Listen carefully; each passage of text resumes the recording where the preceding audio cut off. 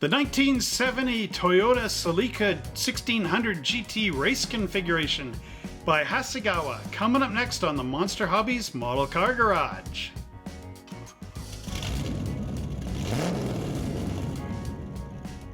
Hello once again, Toyota lovers and race car fans. Welcome back to another Monster Hobbies unboxing video, where today we are going to be looking at a Hasegawa kit, and this is the 1970 Toyota Celica 1600 GT in the race configuration. Now this is an amazing kit. I actually do have one for sale on my Monster Hobbies webpage, so check that out, www.monster-hobbies.ca, in the model car section under Toyota. This is a cool kit because you don't need to build this in race configuration.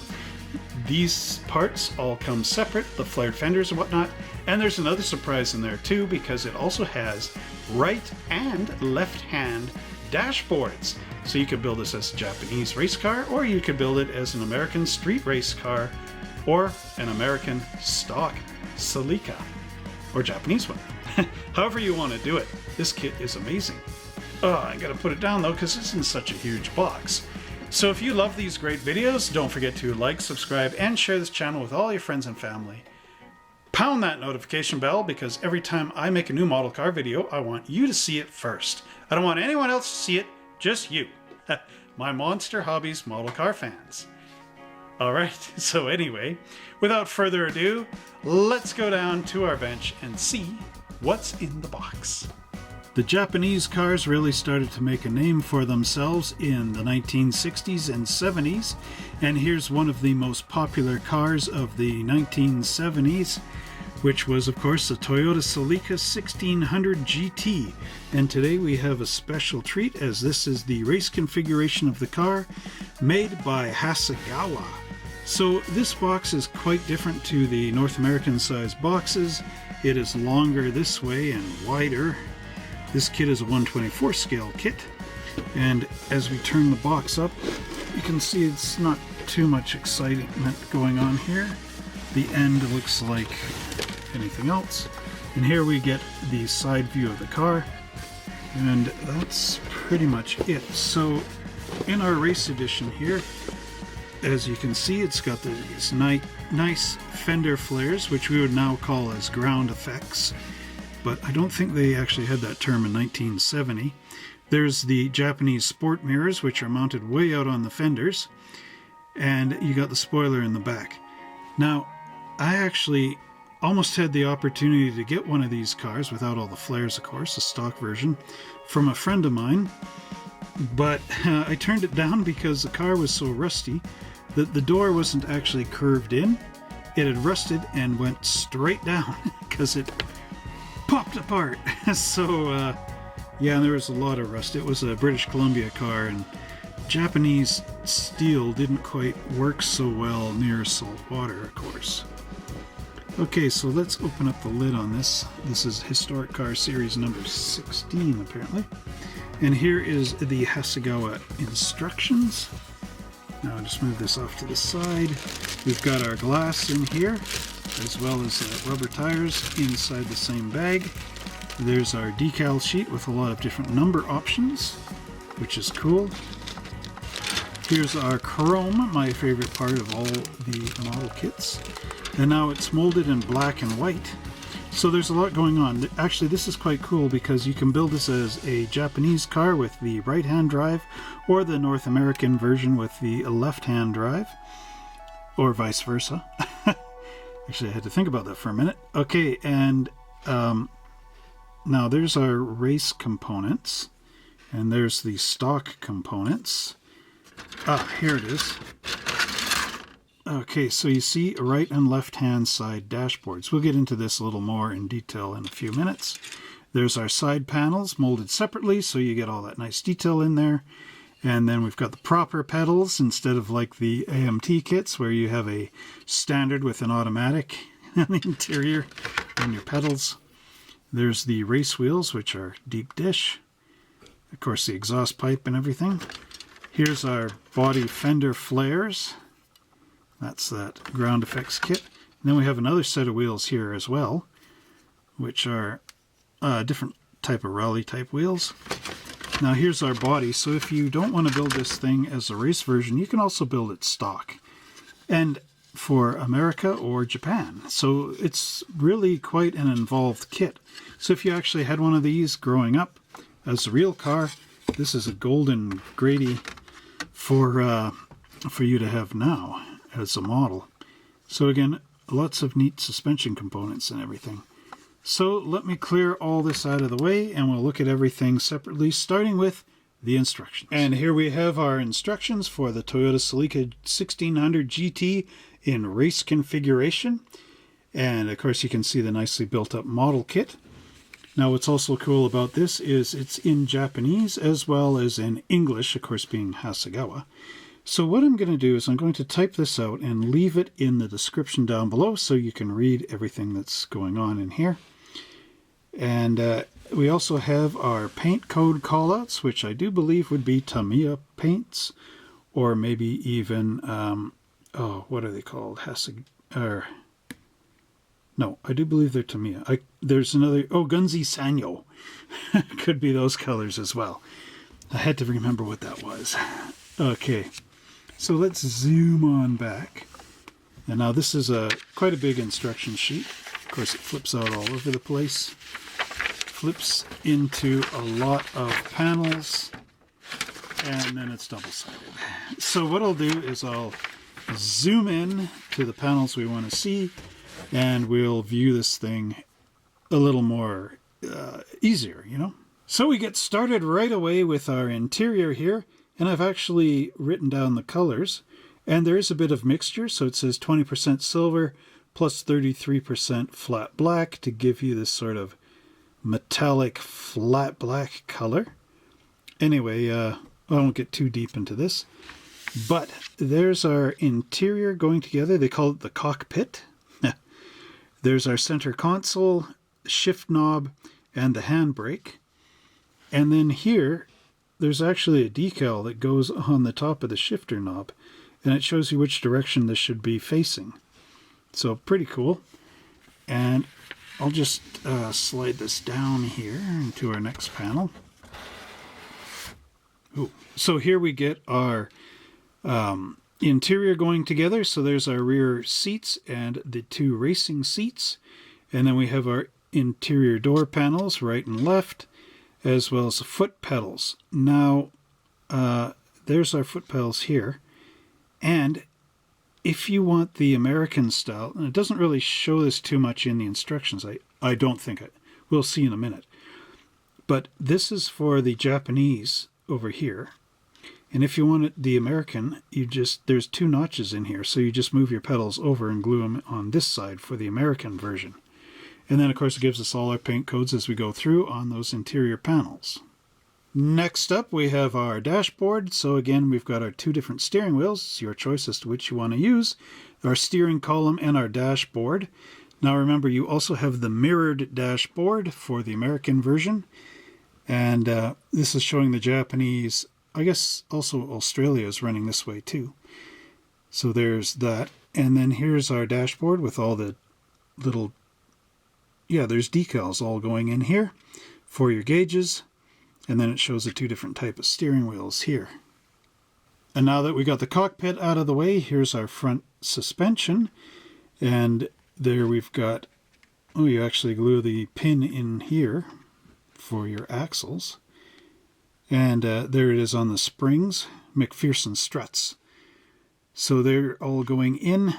And then there's your front lower arms, your steering linkage, and then your exhaust pipe, and you're actually putting in the end tip into your mufflers. So that's pretty cool, and your radiator is in there as well. And here we have our rear axle going together, as well as a drive shaft, which is interesting because the drive shaft comes in and it's got the front of the axle sitting in there, or differential, actually. So this all goes together, and then here we have a couple of little radius rods as well as shock absorbers and the springs. And what's nice about this is I actually had a 1972 Toyota Corolla, and underneath this is quite the same, except mine didn't have the coil springs. Mine had leaf springs on it. but basically the same type of suspension. And in here we have our cockpit getting together with our chassis, and then all our wheels will squish into place. Now what's kind of cool is I do believe that there is sort of a neoprene type squishy thing that you shove in here, and then it squeezes onto the axle, so you don't need glue. It will actually hold it in place. And then we've got our nice soft tires, which we'll look at when we investigate our parts. And then here's our wheels, and it tells you to paint the outer ring silver and the inside steel. So this will look quite nice once you get it all together. Panel 7 is showing you how to get your body all prepped up. And here it's showing to put in some glue in there. Oh no, sorry. Open up these holes here. Those will be for your windshield wipers. And then with this, it's saying to remove your script and your trunk lid button. And then what's this here? Fill up these holes that are in the side for your side marker lamps. So you're preparing this for a race day. And then the final bit of that preparation is to put on your rear spoiler, your rear fender flares and front fender flares, as well as your front spoiler. So then once all this is on, you're ready to race. Panel 9 shows all your detail going in. This one does have separate headlights, so remember that it is a waffle pattern, and you want to go north and south and not like at a 45-degree angle. And what's going on here? It looks like all our little side marker lights and other finicky details. You have the option of putting in a grill blank, well, there is a grill blank, so you have either F1 or G5, and then there's all your little side marker lights and other little goodies going in the front. And here's the final completion of that. So there's your sport mirrors going way up here on their front fenders, and then some, oh, those are your vents going into the hood, and then what's going on here, a front bumper, and the little, oh, there's front bumper. Doesn't really say what this is, but that goes in there too. I guess these are blanks for the front. I don't know. Figure it out later. There's your window and your mirrors and your windshield wipers. Now across the back you have all these little vent details and whatnot that glue in around the windows. And these would be your door handles going in. Then your rear tail lights and bumper and all the groovy parts that are going into here. And there's a lot on this, just like on the real car. And our final assembly step shows our completed body going onto the chassis and interior. Now one thing that I noticed about this kit is it doesn't actually have a complete motor sitting in here, but you know, it is what it is. Now the rest of our instruction sheet shows all the decal locations and different things that are going on here, and of course painting in the silver and all the rest. There's the top view of the car, the either right hand and left hand, or the other way around. And then our front end and our back end. And then here's all our parts. And the little grayed out areas are the parts that you do not use, which of course are the stock components and the right and left hand side for the American and the Japanese. Oh, and I didn't notice this, but there's right and left hand side windshield wiper blades as well.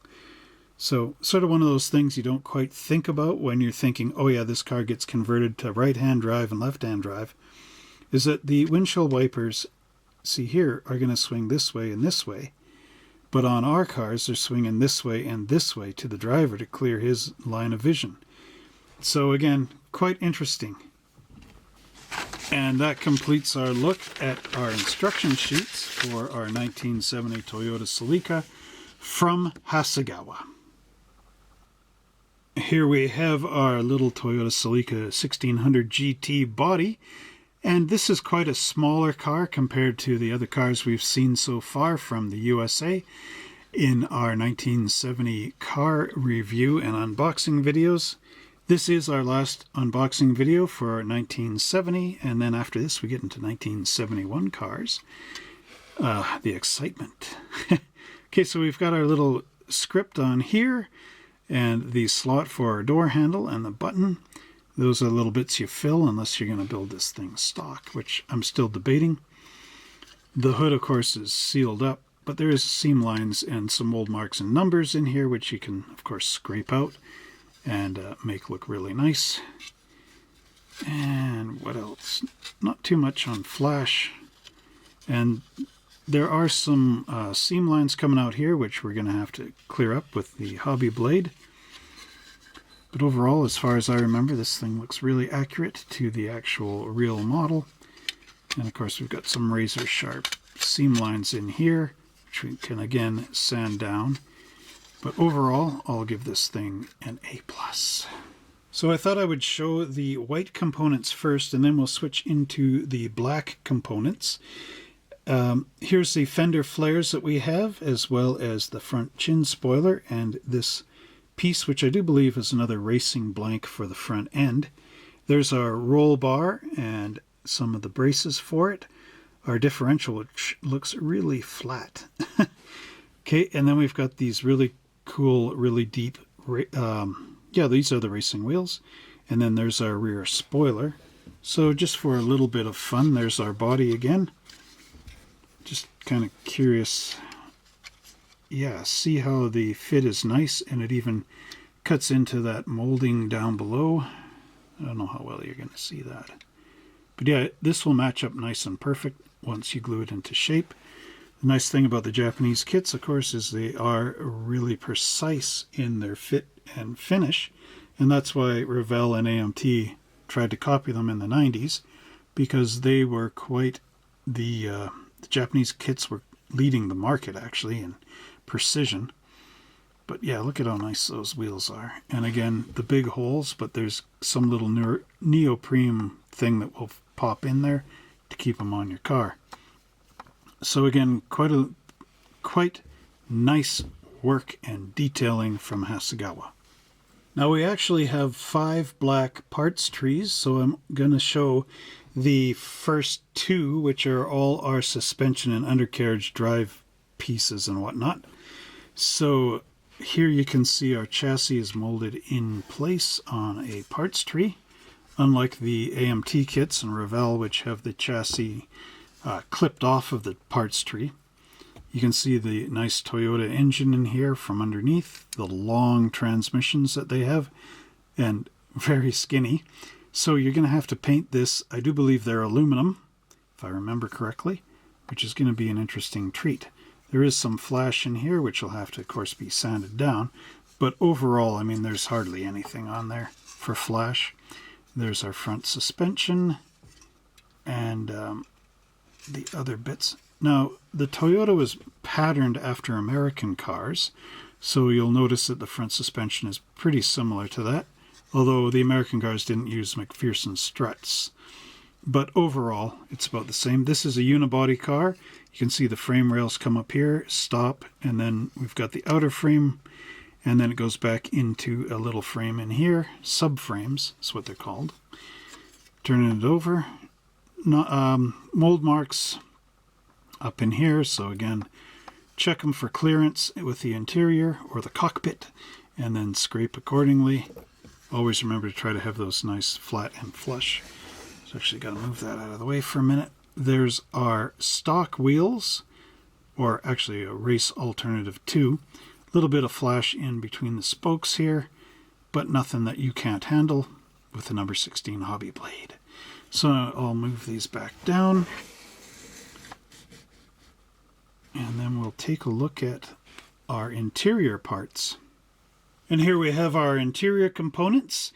And there's a lot going on, because remember, there's a right and left hand side instrument panel. There's also the race instrument panel here, which will probably be just a flat piece of aluminum put over the stock gauges. Okay, so let's start over here, and I'll just move these 2 out of the way.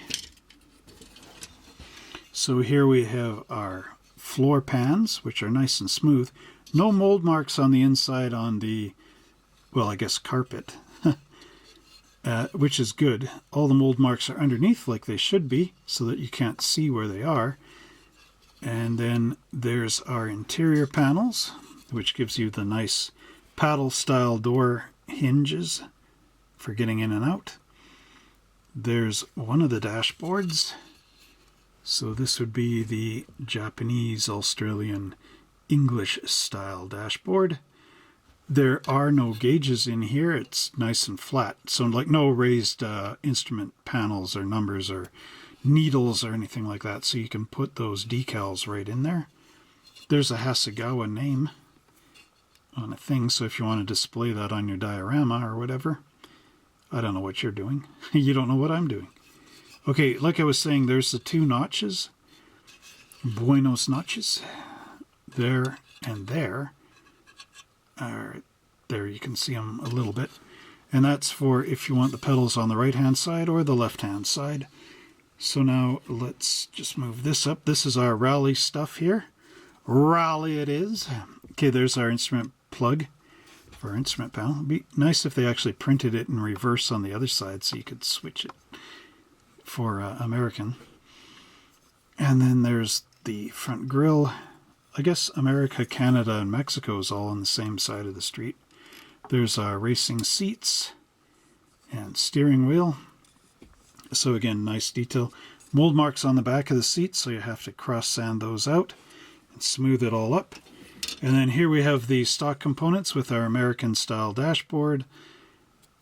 On the left-hand side of the car, of course, our steering wheel, there's an additional insert right there. Very nice stuff. I always liked how small the cars were and how they had to mold the seats to fit around the wheel arches and the wheel wells. Okay, so again, like I was saying, these dashboards perfectly mirror each other, so you've got your choice of either right-hand side or left-hand side. So again, some pretty cool stuff going on here. And I'm sure you can have fun building this either stock or as the race version or as sort of a combination of both. And next up we have our chrome, which is my favorite components. There's our grille. You can see how tiny this is. Our rear bumper and front bumpers. And that's for stock. And then we've got our door handles here for the exterior, as well as right and left hand side windshield wipers, the little sail panel pieces, and our grills for our hood. And what else? We got all kinds of little mirrors and shifters and things in there. Overall, really nice. A couple little mold marks in your fenders here. So again, scrape them out. Not sure what these are. Oh, they're protectors for one little, that's your exhaust, your muffler tailpipe thing. But they've got these little things beside it just to protect it from breaking. It's very nicely done. So again, not much chrome, but hey, it's a race car. Next up we have our glass components, and boy, there's a lot of glass on here. Those are the tail lamps, which of course have to be painted red, but all your headlights and so much stuff. Side marker lights. Yeah, just a lot. There's our glass here as well, so we'll just bring this up nice and clean. It was in a bag, which again I always like because this doesn't get scratched up. Look, it's even got the defroster wires in the back window here. So again, you'll have to get underneath here and carefully paint them brown. No, I'm just kidding. I would not try to attempt that. I've been building models for years and I've won awards for model building, and that trying to paint those on the inside scares me to death, so forget it. And I'm an expert. Okay, anyway, there's mold marks in there, which again you can clear out. What's kind of nice about this is they've got the runners along the sides, but unlike the American, like AMT style glass that we saw, these don't really affect if you're going to turn the car over and look at the headliner, because they're not like there and there like they are on the American cars. These ones are right around the perimeter, which is how they should have been designed in the first place. Anyway, there's all our little headlights and everything. So make sure, again, that's that waffle pattern goes north and south, not like a 45-degree angle or something weird. So again, very nice work on the glass for this model kit. So now we've got the rubber hitting the road, and we've got these nice slicks, which are the perfect style racing tire. Now there is some seam line going up around the center of this, so you might want to spin this in your wheel spinner. Although these are real squishy tires. These are like slot car rubbers. So yeah, they're quite nice. Again, nothing really to show you for tread. But still, I mean, these could be Dunlops or whatever. Or Yokohama tires, I guess would be better. And there's those little neoprene things I was telling you about. They're little O-rings that will pop into the back of those wheels and onto your axles and, of course, make everything spin nice. So there's your tires. Finally, we get our decal sheet, and there's a lot going on here. We've got number 67, 68, and 69, which I'm glad there's no number 70, because I hate when they have the number that's the exact match of the year of the car. It just seems cheap to me, you know? Like, yeah. Anyway, kind of like a rip-off or something. I don't know. Anyway, there's the Celica GT license plates. These, of course, are for your showroom. And then look at all these little tiny gauges and scripts and everything. You're going to have a lot of fun putting these on your car, on the dashboard. There's even, looks like one for the steering wheel. And then these look like they're hood pin decals. So yeah, lots of crazy stuff going on there. But it'll make your model kit look really good. And again, if you want to replace the license plates and have like something, you know, from Iowa or whatever, then you can easily do that. So there's our decals. And that completes our look at the 1970 Toyota Celica GT 1600 in race configuration. Now, if you're interested in purchasing one of these model kits, I have one currently available over at www.monster-hobbies.ca. And I want to ask you a simple question. If you were to get one of these kits, maybe from me, maybe from someone else, how would you build it? Would you build it as the race configuration on the top of the box? Or would you build it as the stock version that you could easily build with the parts inside? And if so, would you build it as right-hand or left-hand drive? Please let us know down in the comments below. And if you have built one of these, share it with us on our Facebook page. We would love to see your work. And now let's blow up this taco stand and get to the end of our video. Well, I sure hope you enjoyed that great video of unboxing of this amazing model kit. And how are you going to build it if you get one of these? Stock, street, Japanese, or American style? Let us know in the comments down below. Oh, what color are you going to paint it to? That's another great question. Oh, let us know down in the comments below. And what else can I say? If you want to get one of these great kits, check us out, www.monster-hobbies.ca. Don't forget to like, subscribe, and share this video on your way out, and pound that notification bell, because I'm serious. I want you to see our next video. So if you pound it, YouTube will let you know when it's going to come out, and then you just got to click it. And let me know if you are the first one to see it in the comments down below. And until next time, everybody, we'll see you at the racetrack.